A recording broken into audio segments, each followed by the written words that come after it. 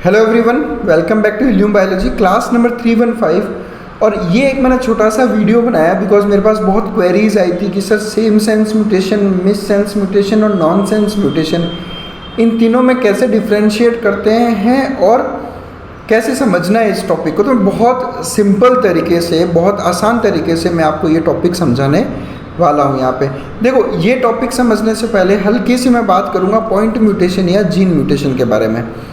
देखो, gene mutation या point mutation हम तब बोलते हैं जब एक सिंगल पॉइंट पर यानी एक सिंगल न्यूक्लियोटाइड में क्या हो जाए, म्यूटेशन। इन वीडियोस को मैं बहुत डिटेल में ऑलरेडी अपलोड कर चुका हूँ, जीन म्यूटेशन, सब्स्टिट्यूशन, तो आप वहाँ जाकर इसको और डिटेल में देख सकते हो। ऊपर आई बटन में आपको लिंक मिल जाएगा। तो मैं यहाँ पर सब्स्टिट्यूशंस और इनकी ज़्यादा बात नहीं करूँगा, मैं मेनली बात करूँगा जो अपना मेन टॉपिक है यानी मिस सेंस, नॉन सेंस और सेम सेंस म्यूटेशंस के बारे में। देखो, पॉइंट म्यूटेशन में एक टाइप होता है सब्स्टिट्यूशन म्यूटेशन, दूसरा टाइप है फ्रेम शिफ्ट म्यूटेशन। अब मैं यहाँ पर बात करूँगा सब्स्टिट्यूशन म्यूटेशन। सब्स्टिट्यूशन म्यूटेशन, जैसा कि आप ऑलरेडी जानते हैं कि जब भी डीएनए के अंदर किसी एक सिंगल न्यूक्लियोटाइड को सब्स्टिट्यूट किया जाता है तो उसे कहा जाता है सब्स्टिट्यूशन म्यूटेशन, यानी न्यूक्लियोटाइड को सब्स्टिट्यूट कर दिया गया, यानी उसकी जगह कोई और न्यूक्लियोटाइड वहाँ पर आ गया। न्यूक्लियोटाइड मतलब आप नाइट्रोजनस बेस समझ लें। देखो, यहाँ पर नॉर्मली डीएनए में ए यानी एडिनाइन नाइट्रोजनस बेस था, लेकिन उसको सब्स्टिट्यूट कर दिया किसने, टी ने। Getting my point? तो इसको कहते हैं सब्स्टिट्यूशन म्यूटेशन।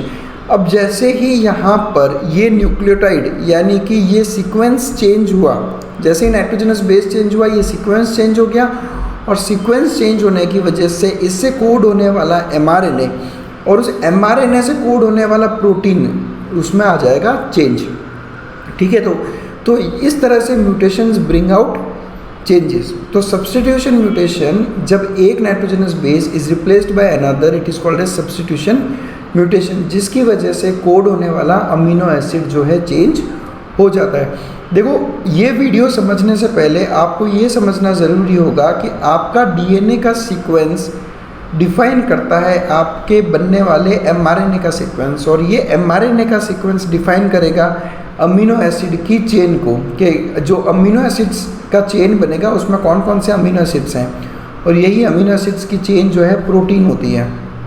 तो प्रोटीन अगर डीएनए में किसी तरह का चेंज आएगा तो इससे ऑब्वियसली जो है प्रोटीन पे इफेक्ट पड़ भी सकता है और नहीं भी पड़ सकता। वो कैसे, वो मैं अभी थोड़ी देर में यहाँ पे डिस्कस करूँगा। एक बहुत सिंपल सा एग्जांपल मैं ले रहा हूँ और उससे मैं आपको समझाता हूँ ये तीनों टाइप के म्यूटेशन। देखो, पॉइंट म्यूटेशन के हम लोग 3 टाइप देख रहे हैं, सेम सेंस, मिस सेंस और नॉन सेंस। बाद में बात करूँगा उनकी, पहले मैं आपको कुछ एग्जांपल्स लेता हूँ और उन एग्जांपल्स के थ्रू समझते हैं। देखो, सबसे पहले मैं डीएनए कोड करेगा एमआरएनए को, और एमआरएनए के हिसाब से अमीनो एसिड्स जो है आकर वहाँ पर एक सीक्वेंस का फॉर्मेशन करती है। तो सबसे पहले मैं नॉर्मली बात कर रहा हूँ, यानी किसी म्यूटेशन की बात नहीं कर रहा। समझो डीएनए का सीक्वेंस है TTC। तो अगर आपने ट्रांसक्रिप्शन ट्रांसलेशन अच्छे से पढ़ा है तो आप ये बता पाओगे कि सर अगर डीएनए में सीक्वेंस रहता है TTC तो उससे कोड होने वाले एमआरएनए का सीक्वेंस रहेगा AAG। क्लियर? और ये AAG कोड करता है लाइसिन नाम की अमीनो एसिड को। देखो, ये चीज़ें तभी समझ में आएगी जब ट्रांसक्रिप्शन ट्रांसलेशन के कंसेप्ट क्लियर हो। Getting my point? तो पहले वो कंसेप्ट क्लियर करो तभी आपको ये सब समझ में आएगा। अब मैं क्या कर रहा हूँ, मेरे पास में ये 3 नाइट्रोजनस बेसिस हैं। ठीक है, अब मैं इनमें से इन नाइट्रोजनस बेसिस को क्या करूँगा, सब्स्टिट्यूट।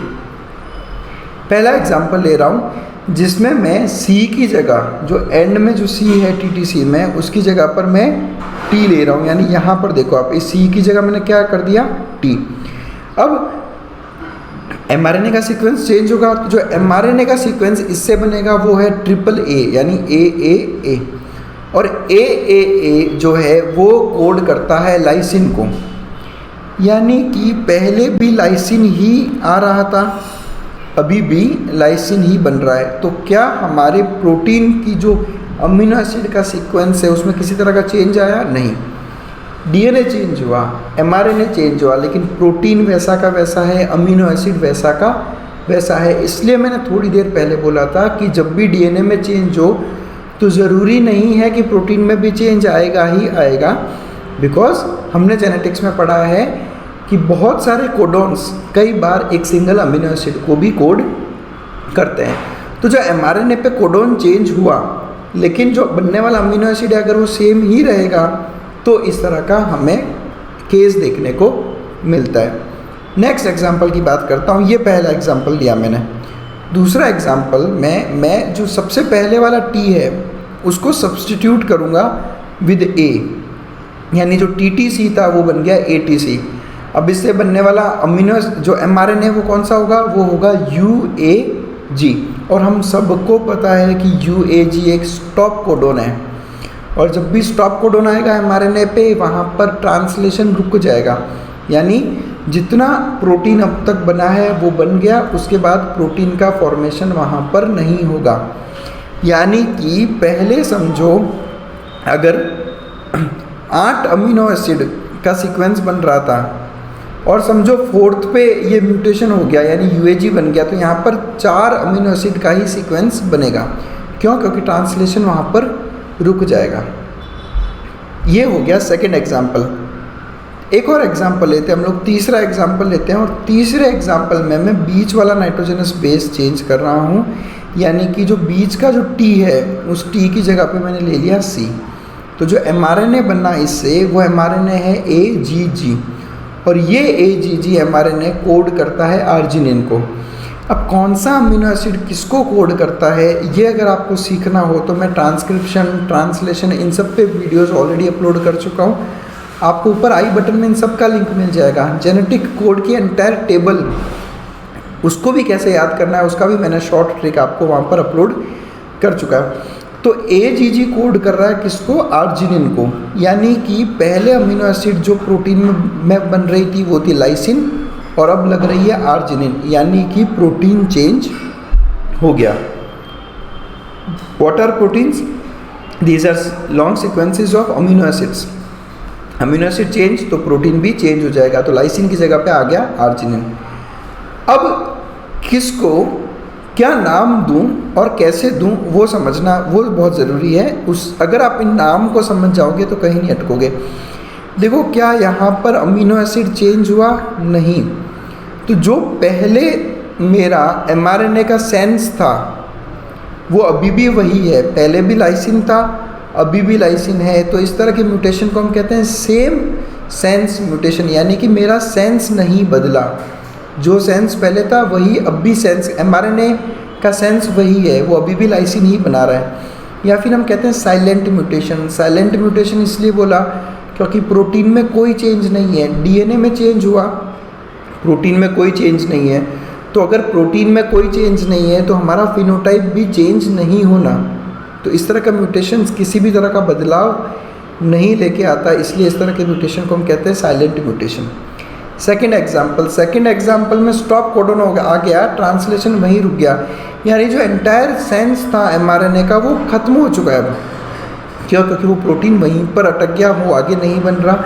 इस तरह की म्यूटेशन को हम कहते हैं नॉन सेंस म्यूटेशन, क्योंकि अब एमआरएनए का कोई सेंस नहीं निकल रहा, क्योंकि स्टॉप हो चुका है ट्रांसलेशन प्रोसेस।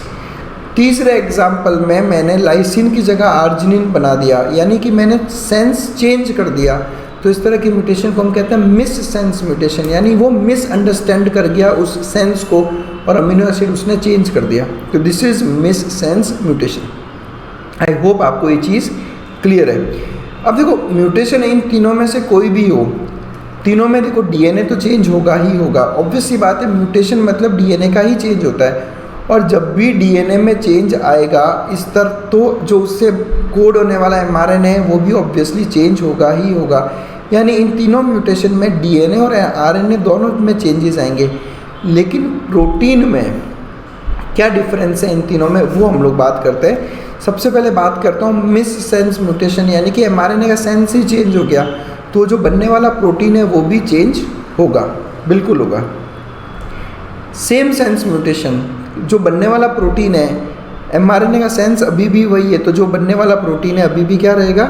सेम, उसमें किसी तरह का बदलाव नहीं आएगा। तीसरा है नॉनसेंस म्यूटेशन। नॉनसेंस म्यूटेशन यानी कि अब कोई सेंस नहीं निकल रहा है mRNA का, यानी कि यहाँ पर जो है स्टॉप कोडोन आ चुका है और अब प्रोटीन का फॉर्मेशन वहीं रुक जाएगा, ट्रांसलेशन रुक गया। तो these are the differences between missense, same sense and nonsense mutation. I hope ये वीडियो आपके लिए हेल्पफुल रहा और ये चीज़ें अब आपके लिए क्लियर है। So that's it for today. Thanks a lot for watching us. Thanks a lot for connecting with us, and stay connected with us for more such interesting videos. Thank you.